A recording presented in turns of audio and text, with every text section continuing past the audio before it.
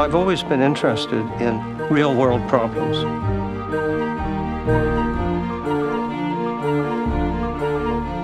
When I ran into my first computer, I thought, wow. I'd seen factories and things. Those machines, they had no ability to change. They had no ability, in short, to think. That was the missing element.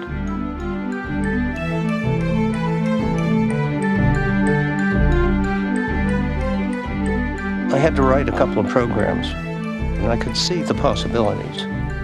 You could do anything with a computer. I was convinced that computers would really change the world. If you have time for a story, I'll tell you why.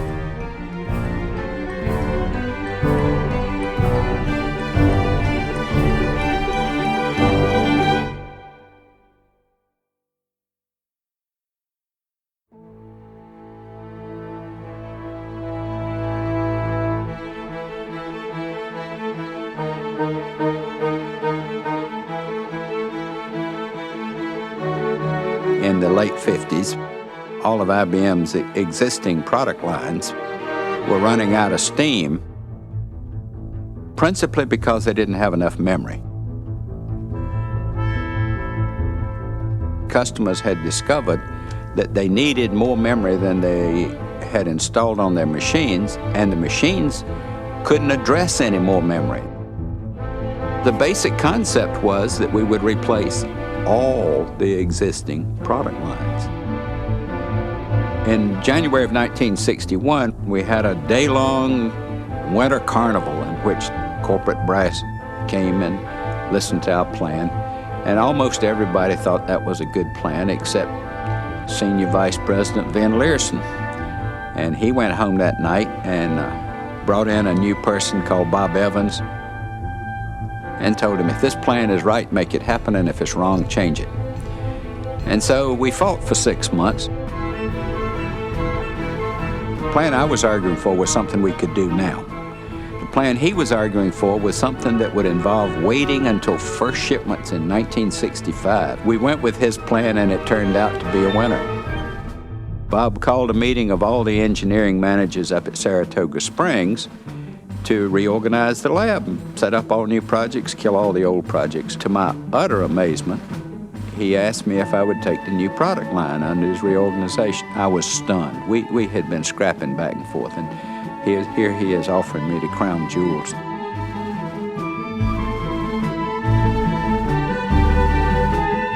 I was amazed. Bob was a very big man. In spirit, in attitude, he's the greatest boss I ever had. It was a challenge that nobody had undertaken before to make a compatible computer family line, and we didn't know whether we could do it. There was a Fortune magazine article in the fall of '66 called IBM's $5 billion Gamble. The computer business must have been 70 or 80% of the company at that point. And we were putting it all at risk. It was hard. Making the technology work and the manufacturing was hard. But you're proud to be working for leadership that's willing to step out and say, we'll take this adventure on, and if we win big, and if we lose big. My purpose this morning is to discuss with you the technical aspects of the announcement. I think this might be useful because the magnitude of this is somewhat bewildering. We made a general purpose product line that used the same machine for all kinds of applications. You could configure the system according to the application, and yet the computer at the heart of it was still the same. That simple principle is what the clients need all the time. That's why it's so successful, and it has lasted so long. I think in the last count, more than 60-70% of all the data in the world is residing on System 360s. That's quite incredible.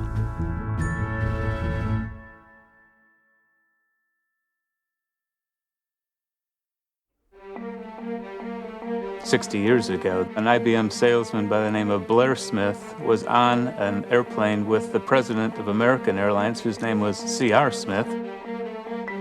And they said, hey, we got the same last names, and they got to talking. IBM was using some technology in the defense area, and could that technology be applied to solve this problem that the airlines had of making reliable reservations?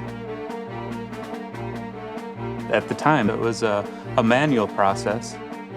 They had a set of cards and kind of a lazy Susan, and they would spin it around and pull it out and mark your seat number on it and put it back on.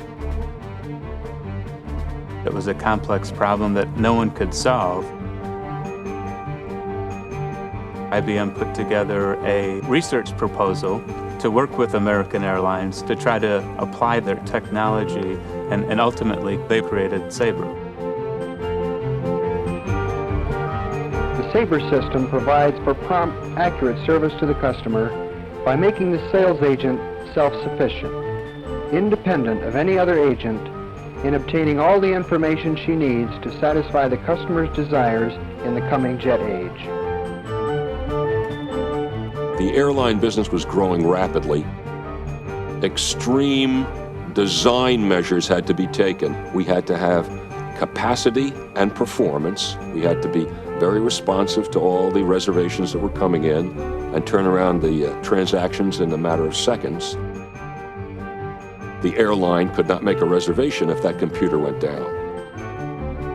And if it had to crash, it could immediately come back to life very quickly, in a matter of seconds. To demonstrate this, I would bring in some people and I'd go to the console and I would say, now I'm going to make the system crash. I'm going to write zeros down in the low area of main memory. And I'd sit there and I'd go, all right, and I'd put in zeros. And I couldn't get it to crash. This is humorous to them because the competitor had a system which would crash when they didn't want it to crash. I couldn't make ours crash. The airline industry that we know today could not function without a system of this nature.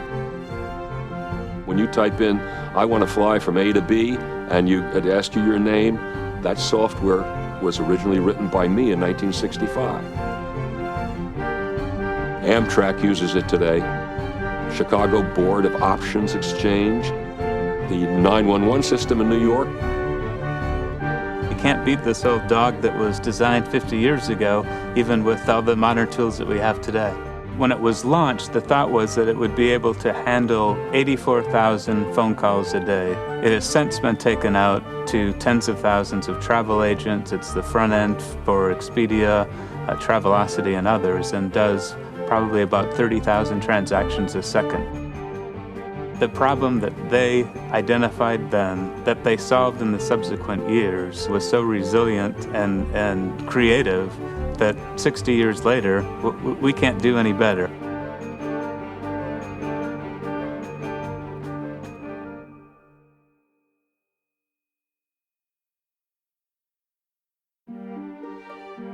Policy letter number 4 is really kind of a way of describing what is going on within the IBM culture. It's a letter written by T.J. Watson Jr. back in 1953. He was negotiating to build plants in southern states. The governors in those southern states were really pressing him to sign up for a separate but equal policy. And he was clear, we are not going to discriminate against our employees. So he wrote this letter as a way to send a message to the governors. Now you have to decide whether you want the jobs. He was clear that IBM would not discriminate on the basis of race or color or creed. And then he caused it to be printed in the local newspapers as a way to send a message to the governors that this wasn't just an affectation, this was belief. It shows the commitment of the company to put a stake in the ground even when it potentially is going to cost the company something. IBM set an example that others could observe.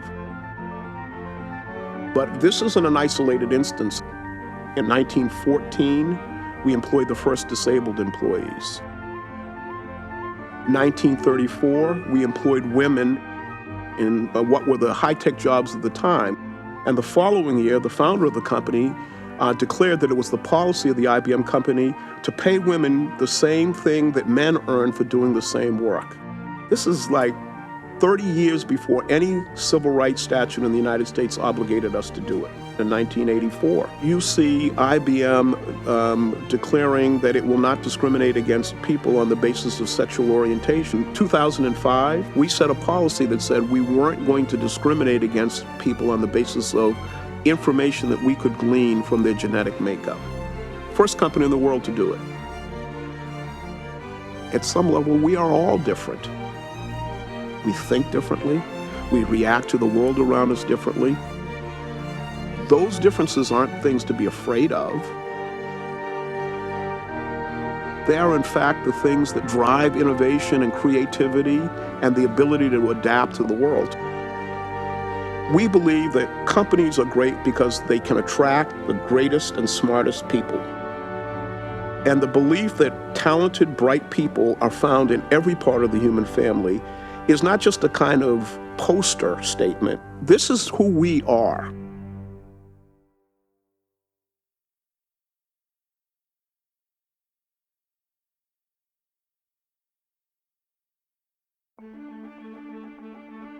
In the late 60s, the grocery industry decided to begin to think about putting scanners in grocery stores.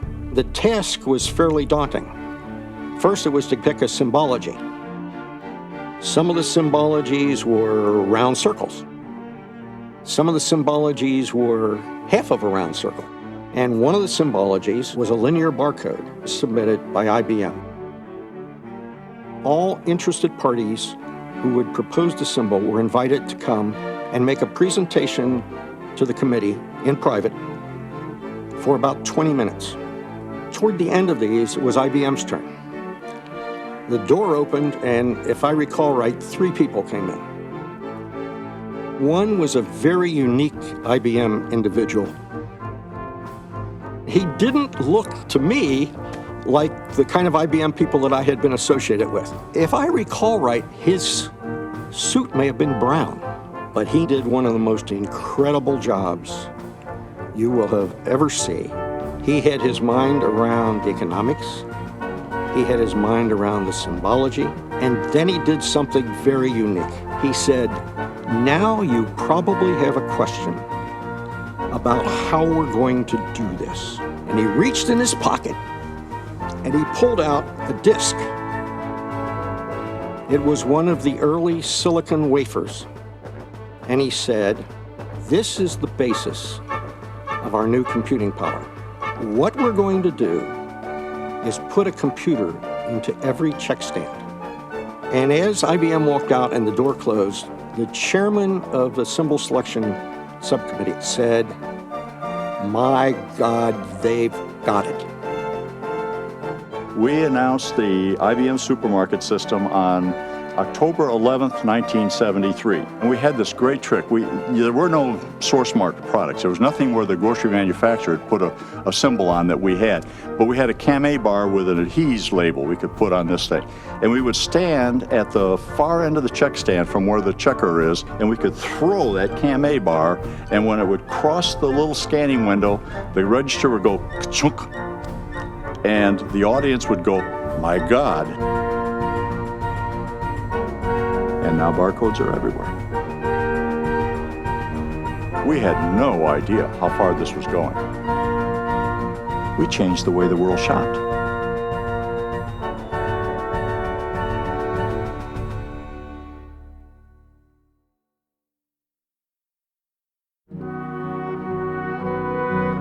I believe that this nation should commit itself to achieving the goal before this decade is out of landing a man on the moon and returning him safely to the earth. When Kennedy announced we're going to go to the moon and return a man from the moon safely by the end of the decade, that was a thrilling proposition to me. When I came out of college, I had 3 goals. I wanted to do something challenging. I wanted to do something for my country. And I wanted to do it in Texas. I joined IBM in June of '68. 7 days after I graduated from college. I don't think we'd have got to the moon without what IBM did. And I don't think people know that. NASA never built a rocket. NASA never built a spacecraft. NASA never built a computer.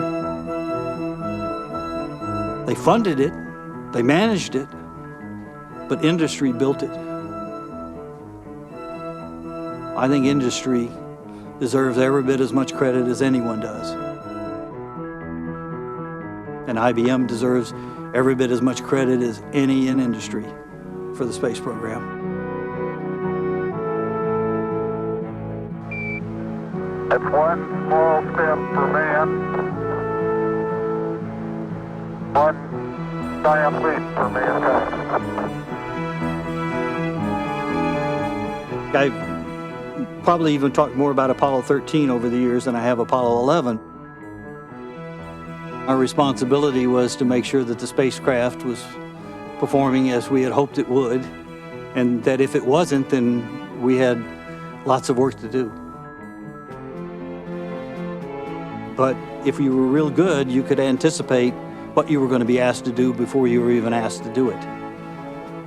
Nothing showed that more than Apollo 13. As the Apollo 13 was some 205,000 miles from Earth, speeding toward its rendezvous with the moon, the fuel cells that supply it with electrical power suddenly failed. One of the things we did was a maneuver to get them back a day early. Actually, to get them back alive. A maneuver which, prior to that mission, could not have been computed by the ground system. We put that capability in to the computer for the first time for Apollo 13. And I know that because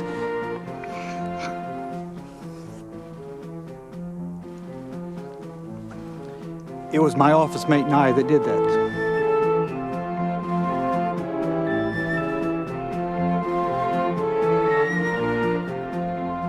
My office mate was the return to Earth expert.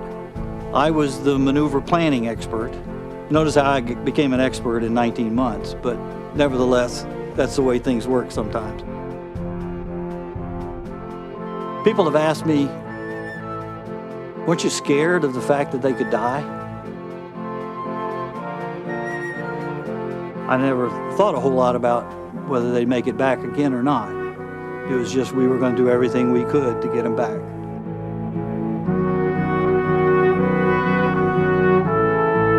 We all were in it together. And we got to see whether a bunch of stuff that we did, that we hoped we'd never use, actually worked when we had to use it. And it did. And a lot of that was done by IBMers.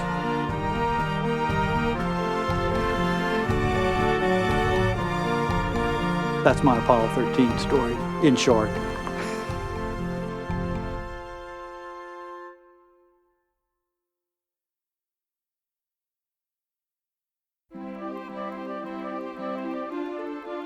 We were selected to go work on a top secret project. Our mission was to get a product into the market in a year using off-the-shelf components. It became known as the Acorn Project because we knew that the mighty oak would grow. There was about 10, 13 of us. We said we could build this. It's not a big deal. 12 of us that designed it, yeah. 12 engineers. The dirty dozen. We would celebrate together and eat together. No, I don't think any of us slept together, but but we would do just about everything else together. We would be at work late. We trusted each other. It was a tight-knit family. We were all young and energetic, didn't know what we couldn't do. They asked me to do some work on the color graphics card and video for the PC. I said, sure, why not? You know, it sounded like fun. I'm the mother of the motherboard. It's kind of the thing that holds the whole computer together and conducts the orchestra of the computer. And I designed it. Pretty good for a girl, huh?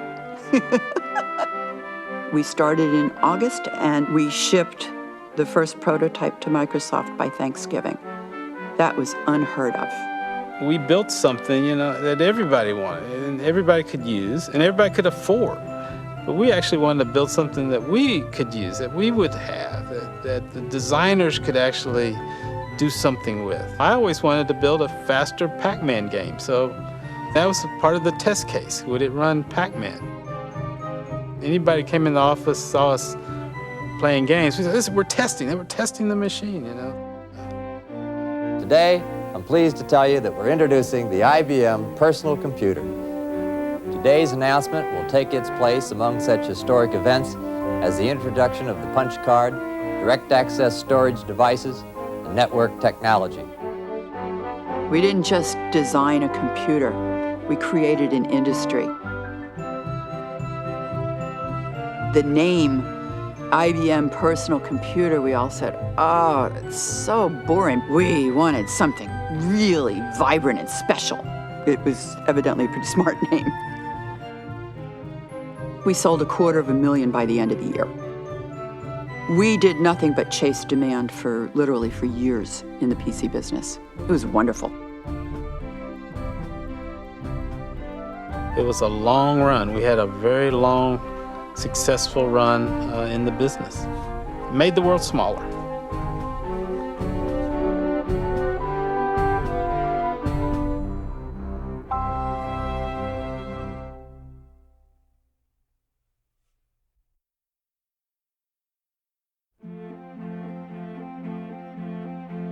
If you go back 10 years ago,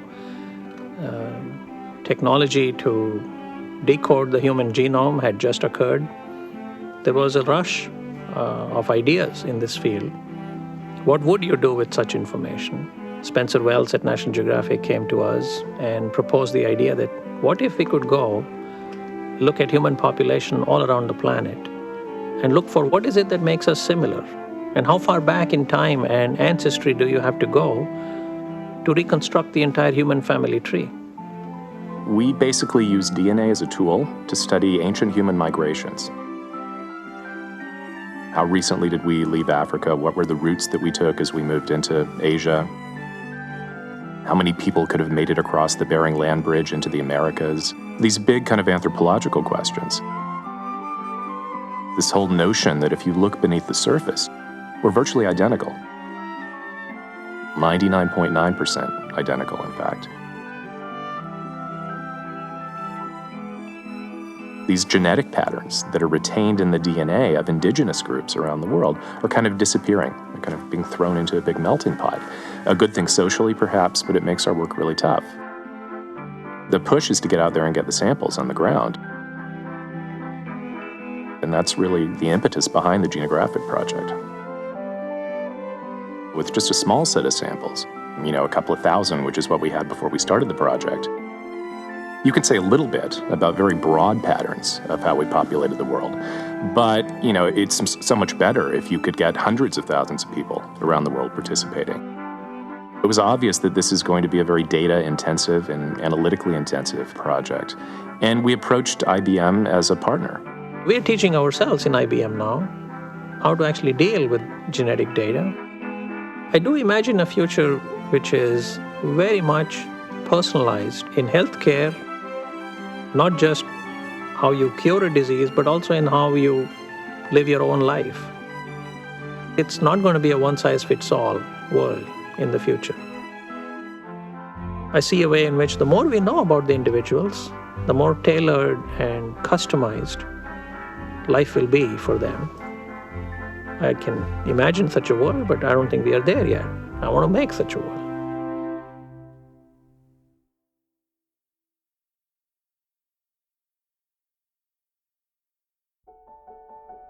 There was a mistaken view that if you just put a lab somewhere, hired a lot of good people, somehow something magical would come out of it for the company. And I didn't believe it. That didn't work. Just doing science in isolation will not, in the end, work. One of the first things I did when I became the director of research was I gathered up the people who reported directly to me We went on a tour of the development labs to try and find out, hey, what is it that we, with our special skills, what can we do to contribute? It wasn't a good idea just to work on radical things. You can't win on breakthroughs. They're too rare. And I'm saying this as if it just took me years to develop this simple thought.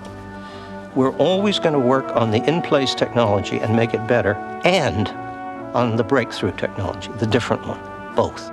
It was just a dream assignment. They said, if you could start the computer over from scratch, just do it the right way, start from scratch, what would you do? And we came up with RISC, reduced instruction set computers. It was the most fun that any of us had ever had. You know, we invented relational database. Benoit came up with fractals. We even invented that little thing on the PC, you know, where you don't need a mouse, you just, that little button you push. Anyway, they made millions of them. Our job is to invent, to create the systems that haven't existed before. But you have to make sure you are also hiring and building the team with people that are hand-selected, that to them, building something that hasn't existed before is the fun part. So we get up every day in the morning and say, oh, this hasn't been done before, great, as opposed to, oh my God, it hasn't been done, how am I gonna do it? So it's a very different mentality. I discovered this immense, amazing world, which was there, absolutely waiting.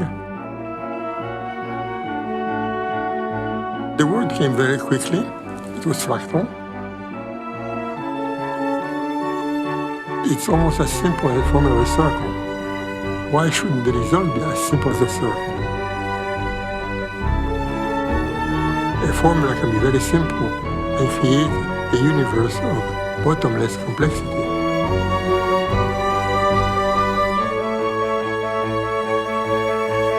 Like, I don't know, a curtain opening.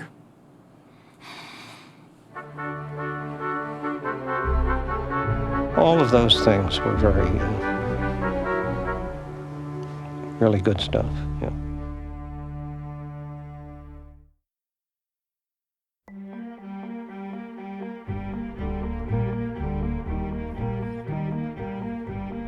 You look at the innovations and progress that have occurred in the industry over the last 100 years that IBM has existed. So many innovative things came out of this company and that have shaped the entire industry. On many occasions, I wonder, how come we are having so much fun? When will it end? But it doesn't seem to end. IBM is really about the people. It's not just the level of intelligence, and it is that, but it's the dedication to do whatever it takes to get things done. Tom Watson Sr. used to go into the lab at Endicott when that was the only lab they had, and he would corner some young engineer and he'd say, "What do we sell?" The young man would say, "Punch card machines, sir." "No, no, we sell a service that satisfies." By being able to integrate across these technical disciplines, you are delivering what the clients need. That's the reason that IBM will be there and prosper and helping people for another 100 years. What's most amazing to me is how the company keeps innovating itself. You've got to stay alert, and you've got to be nimble on your feet, and you've got to recognize that what was true yesterday will not be true tomorrow in terms of technology and what you can do with it for people. I work with people who've been there for 26, 27 plus years. You work for IBM for that long because you don't realize it's been that long, because you get the chance to do new things all the time. I joined IBM in 1984, and since then it's been one interesting, I guess you can call it, adventure after another. People told me, they said, we don't understand what you're doing, but since you keep getting all these invitations from universities to come and lecture on it, in articles in Scientific American, please go ahead. It did all the things I wanted to do, and more. And you didn't work for IBM, you were part of IBM. In that sense, I'm an IBM and will be all my life. I'm an IBMer. I'm an IBMer. I'm an IBMer. I'm an IBMer. I'm an IBMer. I'm an IBMer. I'm an IBMer. I'm an IBMer. I'm an IBMer.